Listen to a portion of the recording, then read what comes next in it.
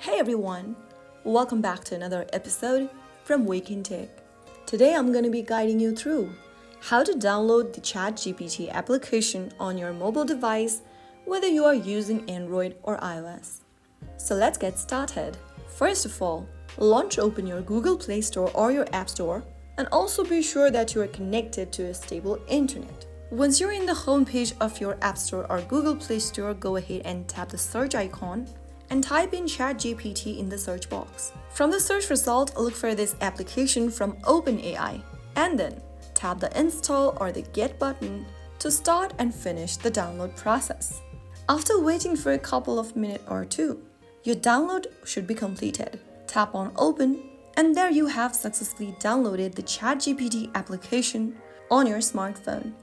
If this video helped you, don't forget to like, comment, and subscribe for more. I'll see you in the next one. Thanks for watching.